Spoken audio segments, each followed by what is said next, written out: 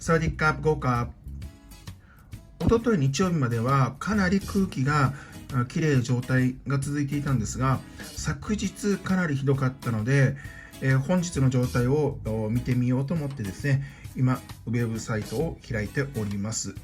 それでは確認いたします。バンコク大気汚染の現在のリアルタイムの PM2.5 どうなってますでしょうか。まずこれバンコクです。うわー、167ですね。でこれ見てみると、この24時間で最大一番ひどかったのが183。またこの辺りがひどいですね。237。こっちが枠、このちょっと手前側ですね。ここも200オーバーになっております。それではですね、ライオン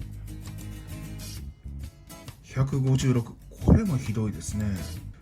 ただライオンは、車の排気ガス原因なんでしょうか、工場なんでしょうか。次チェンマイ見てみます。あれ、チェンマイすごい76。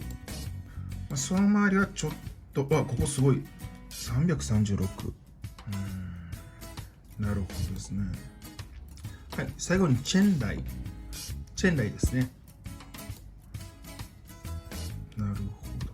これ本当極端にこの辺りだけみたいな感じですね。これはおそらく野焼きかなんかじゃないでしょうか、やっぱり。ちょっと大国内全体を見てみます。ちょ